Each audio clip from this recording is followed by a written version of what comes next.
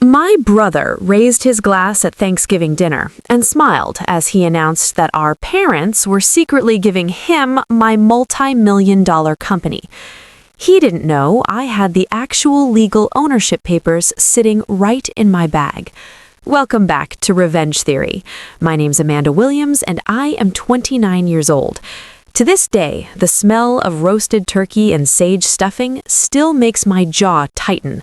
Not because I hate the holidays, but because betrayal has a very specific scent. It smells like a perfectly cooked family dinner laced with entitlement and deception. But here's the thing about betrayal. It only destroys you if you aren't prepared for it.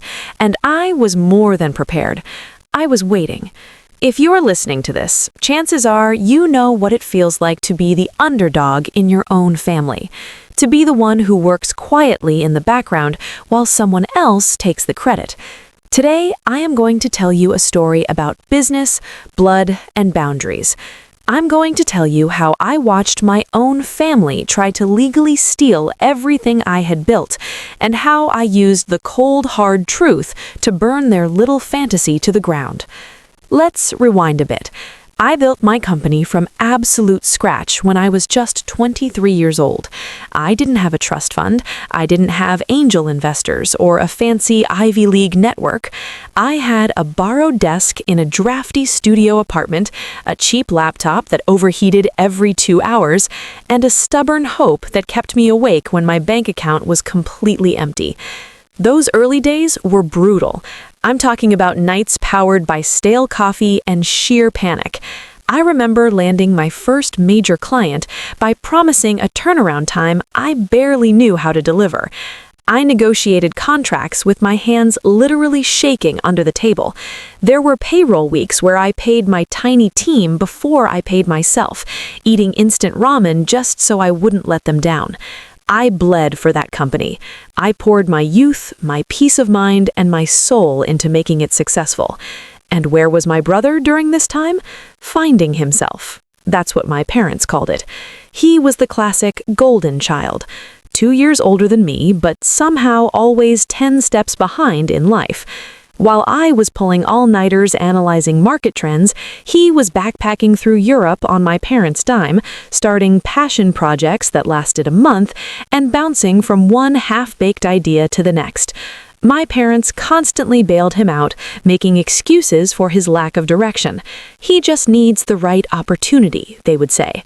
Well, apparently, my blood, sweat, and tears looked like the perfect opportunity for him.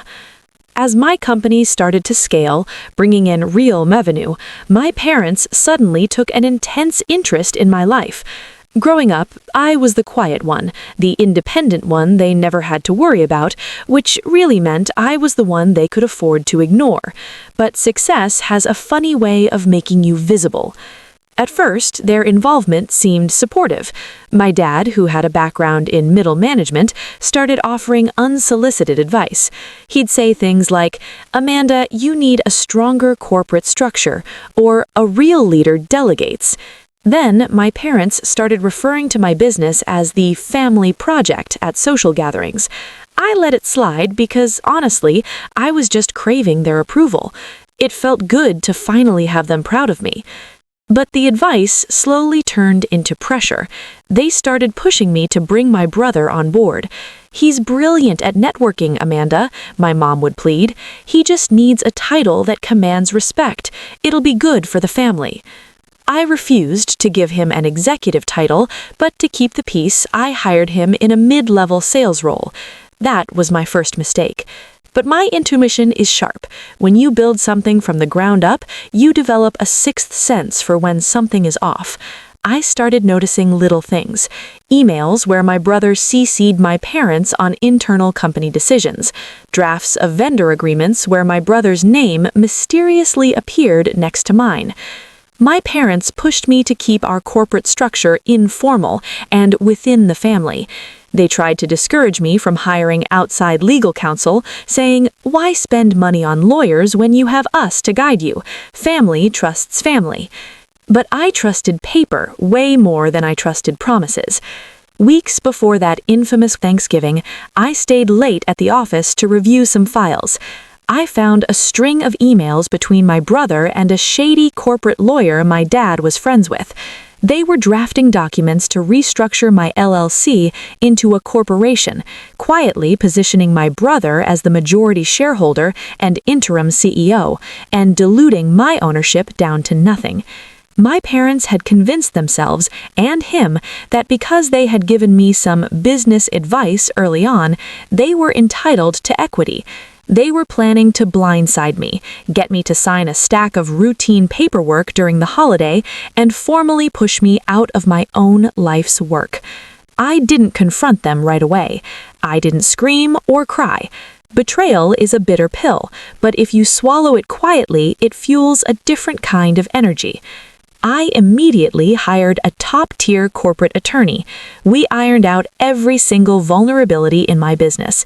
I secured my trademarks, locked in my 100% sole ownership, and fortified the company so tightly that not even a ghost could claim a single share.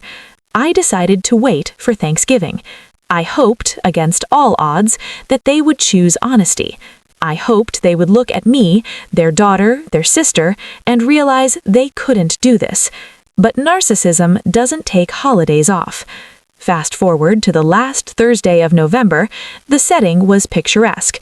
We were seated around my parents' massive, long oak dining table, the very same table where years ago I had balanced invoices and my overheating laptop while everyone else sat in the living room watching football.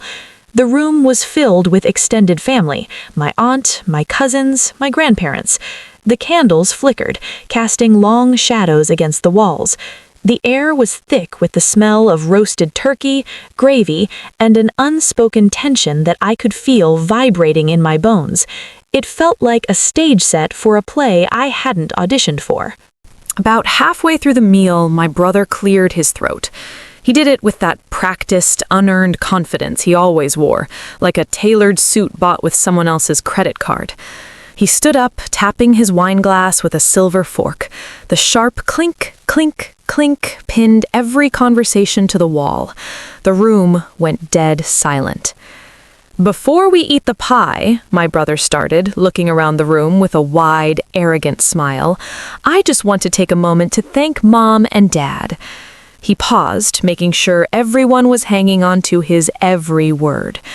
"I want to thank them for believing in me, for investing in my vision, and for officially handing me the reins of the family company." He looked directly at me. His eyes were cold, calculating, and victorious. Then, with a smile that was meant to cut me in half, he added, "Amanda has done a cute job getting things off the ground, but the board has decided it's time for real leadership to take it to the next level. Amanda won't be involved in the day-to-day anymore, but we wish her the best in her next little venture." I felt the heat rise behind my eyes. Not because I was surprised. Like I said, I knew about the emails, I knew about the lawyer. But hearing it out loud, seeing the surgical precision of their timing, it was chosen specifically to humiliate me. They did it in front of the whole family so I would be pressured into submission.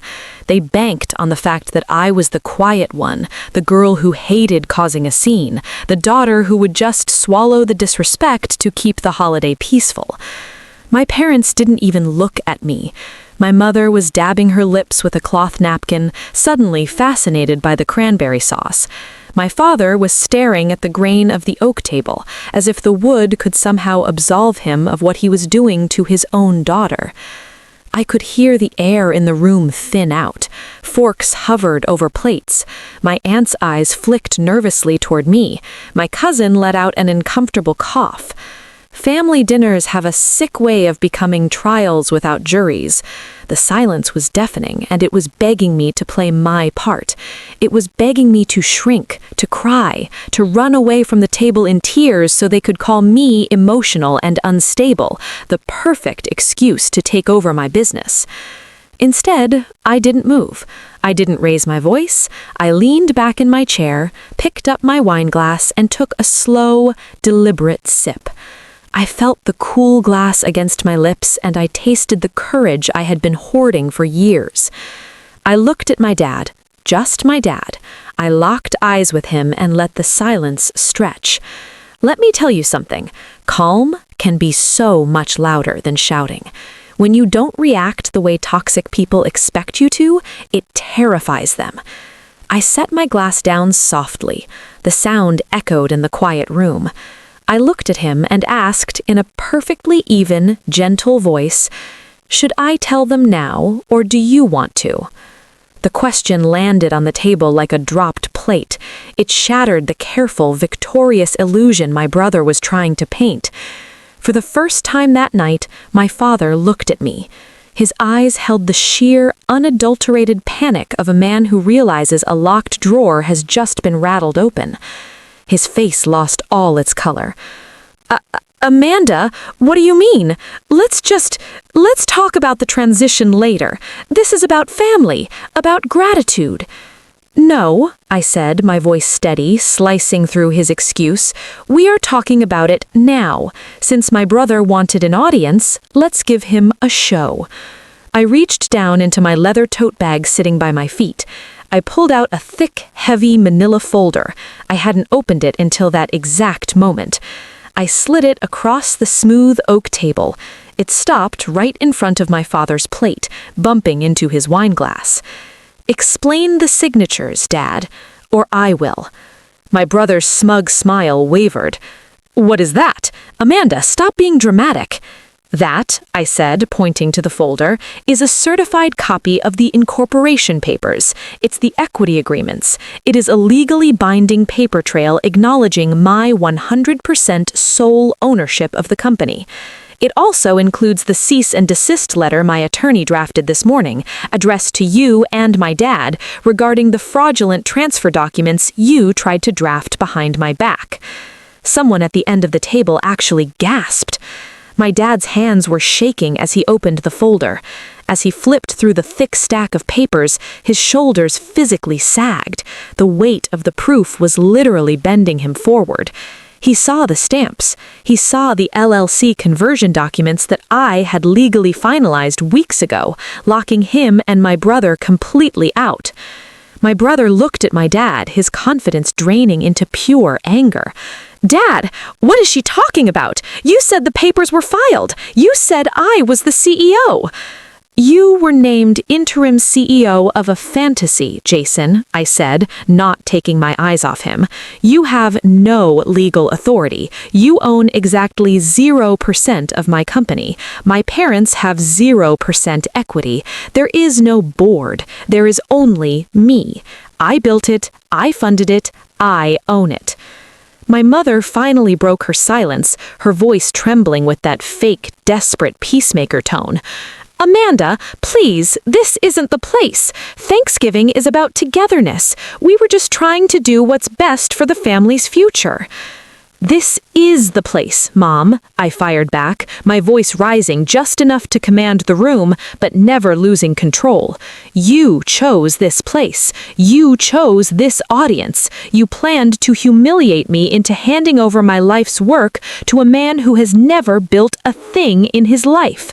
Togetherness built on lies is just a prettier word for control, and I am done being controlled. My brother stood up, his chair scraping violently against the hardwood floor. You're exaggerating, he yelled, his face turning red. The company needs a stronger presence. You don't know how to scale. I was stepping up to save you. I actually laughed. It wasn't a mean laugh. It was a laugh of pure, unbothered freedom. Save me? I asked. Jason, you don't even know the password to our back-end servers. You spent the last 3 weeks networking on the golf course using the company credit card, which, by the way, I canceled this afternoon. He froze. I discovered your little transfer attempt 3 weeks ago, I explained to the room, making sure every aunt, uncle, and cousin heard the truth. I already consulted counsel. I secured every asset. I only waited until tonight because I hoped, deep down, my own parents would choose honesty over a spectacle. But since you didn't, I am done protecting your feelings at the cost of my future. The room erupted. Voices started overlapping. My aunt started whispering frantically to my cousin. My brother started shouting that he had been promised this since childhood. My parents were pleading, backpedaling, trying to say it was all a big misunderstanding. I just sat there for a moment, watching the chaos. I watched the illusion of the perfect American family shatter. And you know what? I didn't feel sad. I felt a massive, heavy burden lift off my chest. I realized in that moment how much power comes from simply refusing to be erased. I stood up. I smoothed out my jacket. "I'm leaving," I said calmly, cutting through the noise.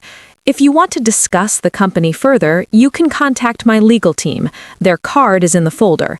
But let me be absolutely clear.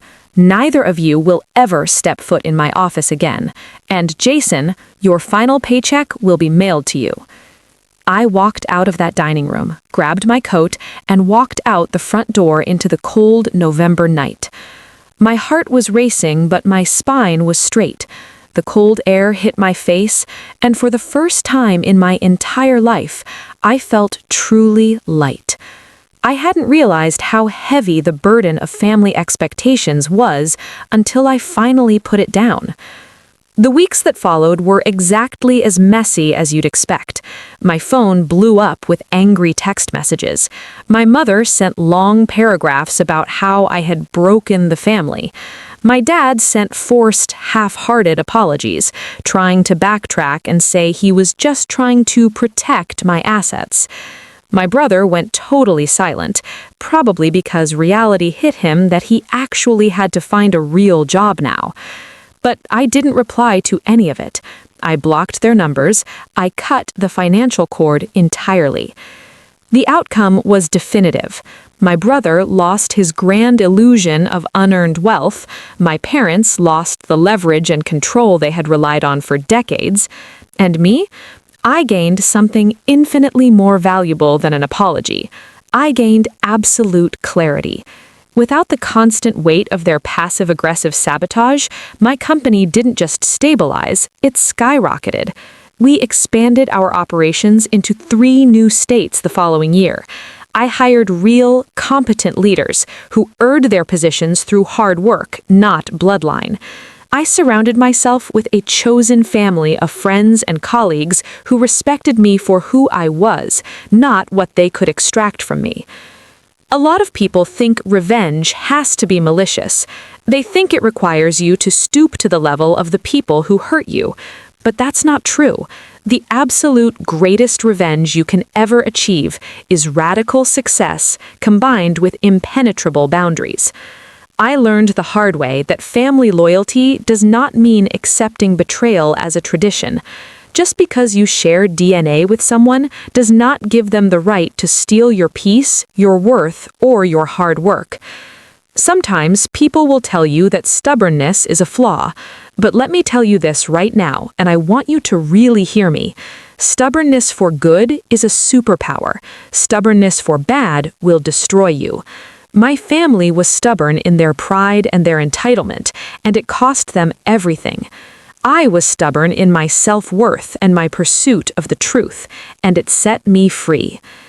If this story resonates with you today, if you have ever been pushed aside, underestimated, or told you were getting nothing after you gave everything, I want you to take a deep breath. Stop shrinking to fit into places you have outgrown.